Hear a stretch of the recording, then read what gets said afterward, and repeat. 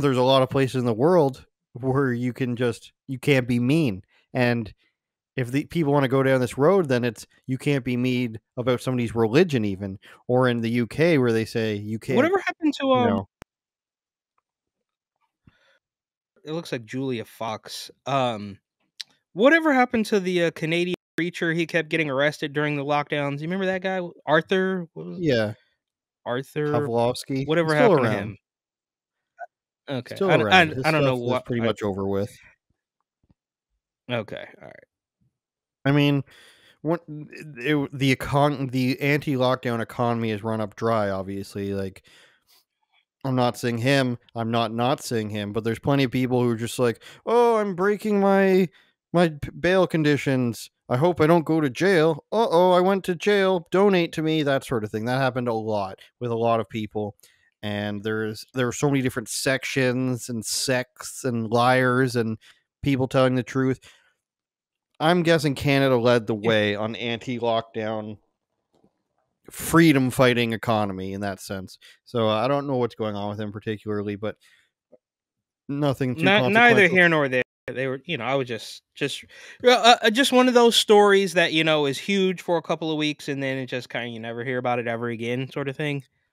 And So there's this a Christian lot of preacher those. in the UK was arrested last year because he didn't refer to he referred to a transgender, as in a guy dressed as a woman, called him man and gentleman. So he was given 12 months of community service for emotional distress to the guy. But that was overturned, and then they had another one. This is the guy there. And Emotionally then there's distressed. You another know what that woman. reminds me of? If you look at TMZ, and they say, a Latino couple was verbally assaulted. It's like Yeah.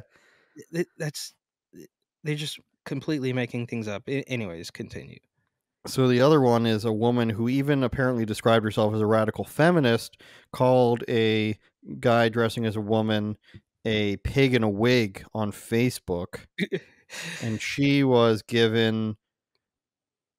charged with persistently making use of a public communications network to cause annoyance, inconvenience, and anxiety. So annoying or making some person feel anxious, which could be anything.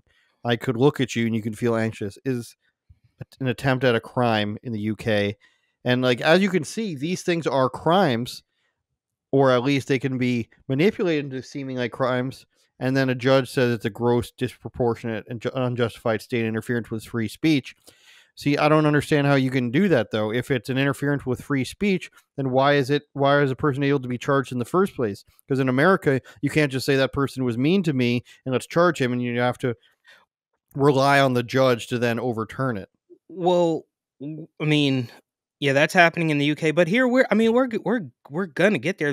They're trying to lock up the former president, bro. Like that's see what they do. It seems like they're taking a little bit of a different approach, right? Like so in the UK or maybe Canada, they kind of will target smaller people, regular just working class Joes, um, and sort of wield power that way. And so it doesn't ruffle too many feathers versus America, who's like trying to cut the head off the snake, right? Like they're trying to take it, Mhm. they're trying to do the big ask, right? Like they're saying, no, this is the main guy, because once they get him, then they get everybody else, which, like I always say, once they make you believe that there's a transformer, whatever, once you eliminate basic reality, everything is fair game. So I think they're just taking a different approach to the same goal, right? So like, yeah, we're gonna arrest regular people for being mean in the UK or in Canada, but in America, we are going to charge the former president with 90 felonies or whatever because he said that the election may have been a little bit unsavory, right? So it's the same thing from the opposite I angle. love when you use sales terms like the big ask. Turn it up, Jordan.